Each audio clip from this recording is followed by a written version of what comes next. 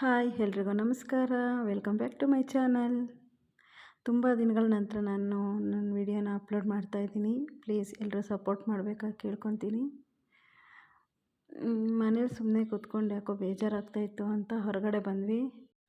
ನಾವು ಬಂದು ಸ್ವಲ್ಪ ಹೊತ್ತಿಗೆ ಮಳೆ ಸ್ಟಾರ್ಟ್ ಆಯಿತು. ಸ್ವಲ್ಪ ಸಣ್ಣಗೆ ಬರ್ತಿದ್ದಿದ್ದು ಮಳೆ ಜಾಸ್ತಿ ಆಯಿತು. ಹಾಗಾಗಿ ಬಂದು ಸುಮ್ಮನೆ ಒಂದು ಕಡೆ ಕೂತ್ಕೊಂಡು ವೀಡಿಯೋ ಮಾಡ್ತಾಯಿದ್ದೆ.